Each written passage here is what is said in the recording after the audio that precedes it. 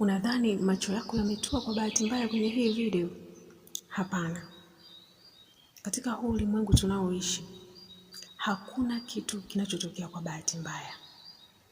Kila mtetemo na kila kitu ambacho kinavutiwa na macho yako, yani ambacho unajikuta umevutiwa nacho, kimeongozwa na sheria za ulimwengu ambazo ziko juu sana ya uwezo wako wa kawaida wa ufahamu. Kwa hiyo, hujaja hapa kwa bahati mbaya. Lipo kusudi la wewe kuja hapa. Kutazama tu hii video, kuisikia hii sauti kwa wakati huu, ni ishara yako tosha kwamba umeanza kuamka kiroho. Nafsi yako imechoka kulala. Roho yako imechoka kuishi maisha ya kawaida ya mazoea. Na sasa, upo kwenye safari ya ushindi mkuu kwa kupitia nguvu zisizo na kikomo. Kabla sijaingia kwenye somo, naomba kwanza uchunguze hisia zako na mazingira yako. Hebu jiulize, umekuwa ukijisikia nini siku hizi chache zilizopita mpaka leo hii? Na je, mazingira yako unayaonaje? Inawezekana kuna ishara za ajabu umekuwa ukiziona. Kuna mabadiliko ya ghafla ya mtetemo ndani yako unayaona, au hata unahisi kama unapata hali ya kuchanganyikiwa fulani hivi. Sasa hiyo sio bahati mbaya. Hiyo ni ishara tosha kabisa kwamba nishati kubwa ya ulimwengu imeanza kukuandaa mapema. Kuna tukio kubwa ambalo linakuja na litabadilisha kabisa hatima ya maisha yako. Na tukio lenyewe linatokea tarehe 12 mwezi wa 8 mwaka huu. Na litatokea kuanzia mida ya saa 2:36 usiku. Yaani hapo ndio tunaingia rasmi kwenye tukio kubwa la kiulimwengu. Naomba unisikilize kwa makini sana. Tunaingia rasmi kwenye new moon. Lakini new moon hii sio ya kawaida. Ni new moon inayoambatana na kupatwa kwa jua. Hii inamaanisha kwamba jua na mwezi vyote vinakuwa vipo katika mstari mmoja.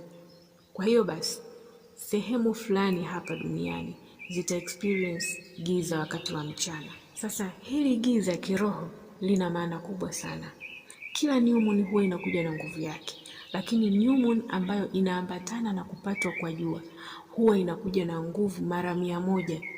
Kwa hiyo ile nguvu iliyopo katika new moon ambayo ni ya kawaida tunayo experience siku zote, itakayotokea katika mwezi huu inakuwa ni mara 100. Kwa hiyo ni new moon ya kipekee, ni new moon yenye nguvu kubwa sana, sio ya kuipuuza hata mara moja. Lakini naomba niweke sawa kitu kimoja.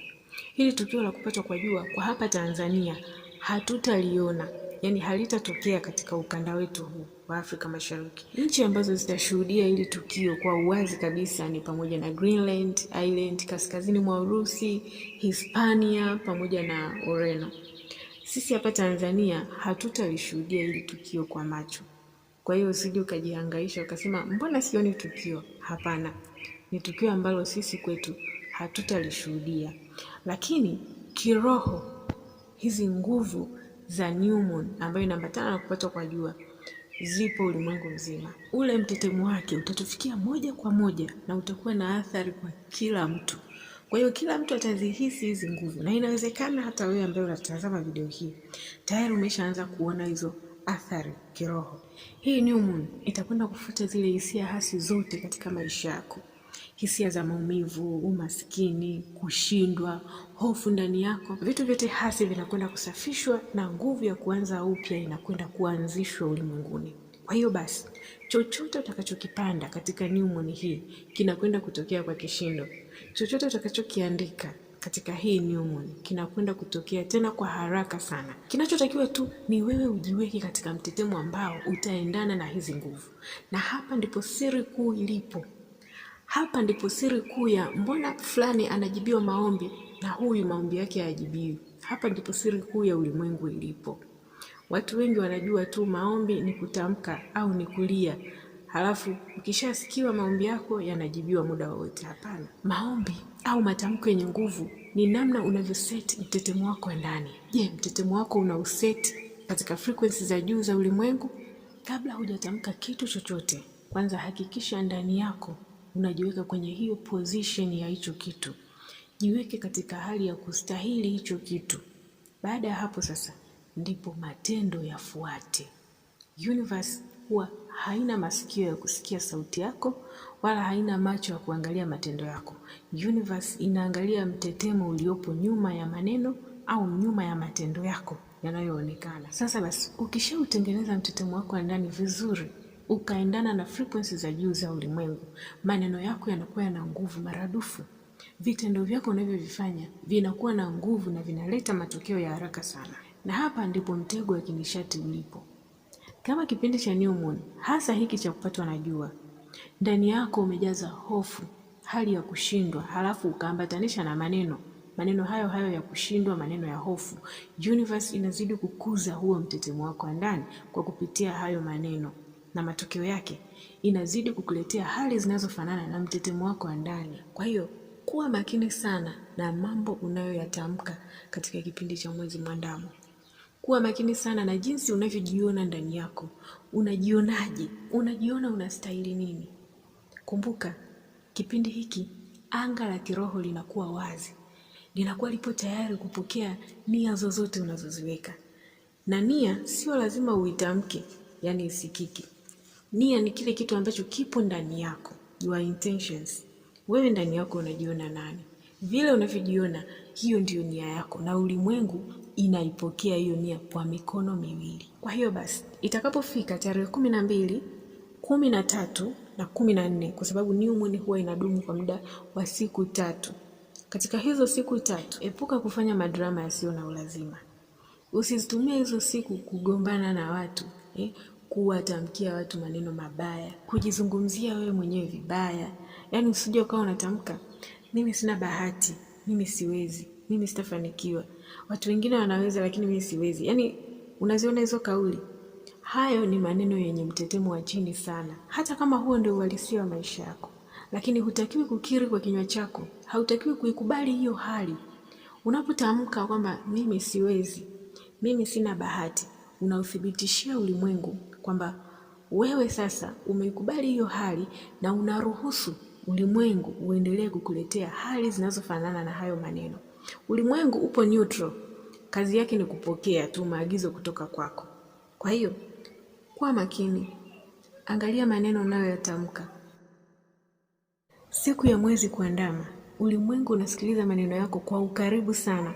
Unafuatilia neno kwa neno. Kila neno la malalamiko unalolitoa linatengeneza sumaku ambayo inavutia vitu vinavyofanana na hayo maneno unayoyatamka. Kwa hiyo zuia ulimi wako. Usitamani mabaya au kuongelea umaskini tu. Usijiongelee kwa negativity tu. Jitamkie positive ili mazuri yaweze kukufuata. Na pia elewa kwamba maneno mazuri, maneno yenye nguvu yana mchango mkubwa sana katika kuinua vibration yako ya ndani. Kwa hiyo kadiri unavyotamka positive words ndivyo unavyopandisha mtetemo wako wa ndani. Na pia siku ya new moon sio siku ya kuambatana na watu wenye nishati hasi. Haijalishi huyo mtu ni mtu wako wa karibu kiasi gani, haijalishi ni ndugu yako, haijalishi ni rafiki yako. Hiki kitu watu wengi huwa kinawashinda, lakini kinagharimu maisha yao. Epuka kuambatana na mtu ambaye mtaingia kwenye mabishano. Utashusha vibration yako. Na ukishusha vibration yako, unashusha uwezo wako wa kuvutia vitu vizuri. Epuka ugomvi. Epuka kuangalia vitu ambavyo vinakuvunja moyo wako katika mitandao ya kijamii. Na pia epuka kuambatana na watu ambao wana chuki. Yaani wanakuletea, nisemeje, wanakutazama kwa macho ya wivu. Watu wasiopenda kukuona wewe unafanikiwa. Achana kabisa na hao watu. Hao watu watakupunguzia mtetemo wako, watakutoa kabisa kwenye frequency za kubarikiwa. Ambatana na watu ambao wanakutia moyo. Ambatana na watu ambao wanakupa morali ya kufanya kazi. Watu ambao wanakuambia wewe unaweza. Inuka, songa mbele, fanya hiki. Na pia kitu kingine cha msingi sana cha kuzingatia katika kipindi cha new moon, usikope wala kukopesha pesa ovyo. Usikope wala kukopesha pesa ovyo. Naomba uzingatie neno ovyo. Kama utakopa, basi iwe ilikuwa katika mipango yako. Yaani isiwe tu likurupuka. Au kama utamkopesha mtu, basi hiyo ilikuwa katika mipango yako, yani ulisha plan kwamba pesa fulani nitamkopesha mtu fulani na namkopesha kwa sababu gani. Usitoe tu hovyo pesa yako, na pia usiende tu kukopa hovyo bila kuwa na mpango maalum. Yani umekurupuka tu, ngoja nikakope, vup, unaenda unakopa. Hapana. Siku ya new moon au mwezi mwandamo, hii ni siku ya kuhifadhi na kuzalisha nishati yako. Kwa hiyo kutoa au kukopa pesa ovyo bila mipango maalum kunaashiria kuvuja kwa nishati yako ya utajiri kwa mwezi mzima unaofuata. Kwa hiyo kuwa mtulivu na uwe na nidhamu ya hali ya juu ya kifedha katika hiki kipindi cha new moon. Na pia kipindi cha new moon ni kipindi cha kufanya usafi katika mazingira ya nyumba yako. Safisha nyumba yako, safisha chumba chako na mazingira yote yanayokuzunguka. Nishati safi huwa haiwezi kukaa kwenye uchafu. Kwa hiyo hakikisha ndani ya nyumba yako kunakuwa na flow nzuri ya hewa. Hewa inaingia na kutoka vizuri. Hapo utakuwa unaruhusu positive energy iweze kutawala eneo lako unaloishi. Kwa hiyo hata matamko yale unayoyatamka yawe na wepesi, yasikutane na nishati nzito ambayo itazuia nia yako kupokelewa na ulimwengu. Kwa hiyo hakikisha unafungua madirisha, ruhusu hewa safi na mwanga uingie ili uweze kupokea mtetemo mpya wa new moon. Na pia kipindi hiki cha new moon ni kipindi cha kuandika malengo yako au intentions zako. Chukua karatasi na peni au daftari lako ambalo wewe unaandika malengo yako. Andika kile unachotaka kukiona kwenye maisha yako kikiwa katika hali ya sasa. Yani kama vile tayari kimeshatokea. Kwa mfano, unaweza kuandika, ninashukuru kwa utajiri, pesa nyingi, amani, afya bora na mafanikio makubwa. Unaona hayo maneno? Hayo maneno yapo kana kwamba yani hicho kitu tayari unacho, kimeshatokea. Hayo ndio maneno yenye nguvu. Usiandike ninataka utajiri, ninataka pesa nyingi, ninataka afya nzuri. Hapana. Ukisema nataka, unauambia ulimwengu kwamba wewe hicho kitu sasa hivi hauna. Kwa hiyo unatangaza nishati ya uhaba kwa ulimwengu. Na ulimwengu ukitangaza nishati ya uhaba inazidi kukuletea vitu vinavyofanana na uhaba. Kwa hiyo uhaba unazidi juu ya uhaba. Ukitangaza nishati ya utajiri, ulimwengu unazidi kukuzidishia utajiri. Ukitangaza nishati ya afya bora, ulimwengu unazidi kukuletea nishati ya kuwa na afya njema. Na pia kitu kingine muhimu sana, usifocus na kitu ambacho haukitaki. Yani kwa mfano, usiandike sitaki umaskini au sitaki magonjwa. Andika vitu ambavyo unataka vije kutokea katika maisha yako. Andika vitu vizuri. Ukifocus na vitu vibaya, mtetemo wako pia unashuka na kutembelea katika masafa ya hivyo vitu vibaya. Kwa hiyo, jaza mtetemo wako wa ndani na vitu vizuri ili uweze kutembelea masafa ya juu. Na universe itakuletea masafa yanayofanana na mtetemo wako. Kwa hiyo usifanye maombi ya kulalamika. Usifanye maombi ya kujidogodesha na kuutangazia ulimwengu kwamba wewe ni mdogo sana, wewe huna mafanikio, wewe unateseka sana, unaonewa sana. Universe ipo neutral. Yani yenyewe inaangalia tu wewe ndani yako unatoa mtetemo gani. Kwa hiyo tetema katika mtetemo wa ushindi. Tamka maombi yenye nguvu, maombi ya ushindi, na universe itakuletea vitu vinavyofanana na huo mtetemo. Na pia zingatia hili. Kipindi cha new moon ni kipindi ambacho unapaswa kutoka nje na kukutana na watu, kuchangamana na watu, lakini make sure ni watu ambao wana mtetemo wa juu. Na pia vile vile usije kujisahau kutenga muda wa kukaa wewe na nafsi yako. Yani kupata muda wa kukaa katika hali ya utulivu, ukawasiliana na nafsi yako, ukaisikiliza sauti yako ya ndani. Hii itakusaidia sana kuweza kupandisha mtetemo wako.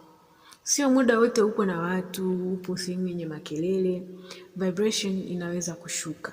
Kwa hiyo pata muda wa kujicharge. Zungumza na nafsi yako. Kaa kimya, yani usiongee kitu chochote. Just pata utulivu, isikilize sauti yako ya ndani inakwambia nini. Watu wengi siku hizi wanashindwa kufanya maamuzi sahihi kwa sababu hawapati muda wa kuzungumza na nafsi zao.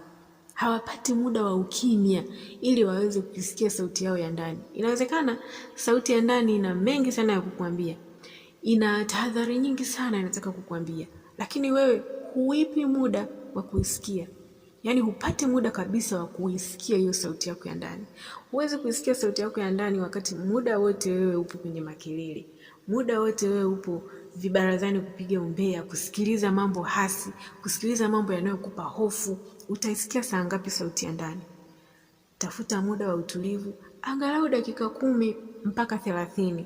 Ni muda mfupi tu, utashangaa utapata majibu ya maswali mengi sana ambayo wewe ulikuwa unaona hayana ufumbuzi, au ulikuwa unataka kwenda kwa mtu fulani akakutatulia. Na sasa nataka nikuangalie moja kwa moja kwenye macho ya roho yako. Nafahamu umepitia magumu kiasi gani. Najua kuna nyakati ulilala ukilia, ukijiuliza kama maisha yako yatabadilika lini. Lini yataisha haya? Najua kuna watu ulioamini wakakusaliti. Najua kuna milango mingi uligonga ikafungwa mbele yako. Labda umefika mahali hapo unahisi umechoka na unakaribia kukata tamaa kabisa. Lakini naomba unisikilize. Nisikilize kwa makini sana. Safari bado inaendelea. Na ndio maana uko hapa leo. Wewe ni mshindi. Historia yako bado haijaandikwa. Kile ulichokipitia haikuwa adhabu. Ule ni uwezeshaji wa kiroho. Ulikuwa unanolewa ili kuwa na nguvu ya kubeba baraka kubwa inayokuja mbele yako. Nataka hapa unisikilize kwa utofauti. Kama umechoka, kama umekuwa ukijaribu mara nyingi, umeomba, umeanza, umeanguka, umerudia tena, na sasa umefika mahali unasema mimi siwezi tena. Nataka nikwambie kitu hiki hapa. Usifanye kosa la kuchanganya kati ya kuchelewa na kushindwa. Kuchelewa sio kushindwa. Kuanza tena sio kushindwa. Na kupoteza mwelekeo pia sio kushindwa. Kulia pia sio kushindwa. Kuchoka sio kushindwa. Yaani wakati mwingine maisha huwa yanakufundisha kwa njia ambayo wewe usingependa kufundishwa. Yaani yanakufundisha kwa namna ya kikatili sana. Lakini bado unaweza kuamka. Bado unaweza kujijenga upya. Bado unaweza kubadilisha mwelekeo wako. Bado unaweza kuanza ukurasa mwingine. Amini katika nguvu iliyopo ndani yako. Amini wewe unaweza. Jiweke katika hali ya kustahili mazuri. Usiangalie hayo unayoyapitia, usiangalie historia yako ya nyuma. Jione kwamba wewe ni wa thamani sana. Kwa jinsi ambavyo unajiweka kwenye position ya kustahili mazuri, ndivyo ambavyo ulimwengu unakuletea kile ambacho unakiona wewe unakistahili. Kwa hiyo usijione wewe ni mnyonge. Usijiondoe katika nafasi ya kustahili mazuri. Inawezekana labda watu wamekwambia umechelewa, wamekutisha, au umejilinganisha na watu wengine. Labda uliangalia maisha ya watu wengine afu ukaona kama wao wanaenda mbele au wao wanapendelewa sana kuliko wewe. Ukajiona hauna bahati. Naomba unisikilize. Safari yako sio mashindano na mtu mwingine. Naomba usijiweke kwenye mashindano. Yaani mti huwa hauangalii kwamba mti mwingine mbona unakuwa sana, mbona mimi sikui, au mbona ule mti unazaa matunda kuliko mimi hapa. Kila kitu kina wakati wake. Mti huwa unasubiri wakati wake. Wakati wake ukifika unazaa matunda. Wakati wake ukifika unachanua majani na haujawahi kukata tamaa. Sasa na wewe pia bado unayo nafasi ya kuchanua. Amini kwamba wakati wako bado. Usiache maisha yako eti kwa sababu tu kuna mtu mwingine amefanikiwa wewe haujafanikiwa. Ukianguka usiogope na wala usikate tamaa. Simama tena kwa sababu wewe sio wa kushindwa. Wewe ni wa kufanikiwa. Wewe sio maneno ambayo mtu mwingine alisema juu yako. Yaani usiamini kwamba upo hivyo kwa sababu kuna mtu alikunenea kitu fulani au kwa sababu kuna laana mtu alikutamkia. Wewe bado unayo nafasi ya kuandika sura inayofuata. Na ndio maana leo hii umefika hapa kwenye hii video kwa sababu ndani yako bado kuna sehemu ambayo haijakata tamaa. Bado kuna sauti inakwambia wewe unaweza, wewe ni mshindi, wewe unastahili vitu vizuri vyote. Kwa hiyo isikilize hiyo sauti, ilinde, jipe nafasi na jiambie kwamba bado ninaendelea na mimi ni mshindi na hakika utashinda. Kwa hiyo tarehe 12 mwezi wa 8 usiangalie kama tarehe ya uchawi. Yaani iangalie kama ni daraja lako la kupitia wewe. Ni daraja la kutoka kwenye hofu kwenda kwenye ujasiri. Ni daraja la kutoka kwenye kuchanganyikiwa kwenda kwenye uwazi. Kutoka kwenda kwenye kuahirisha mambo na kuchukua hatua. Kutoka kwenye kujidharau na kwenda kwenye kujiheshimu.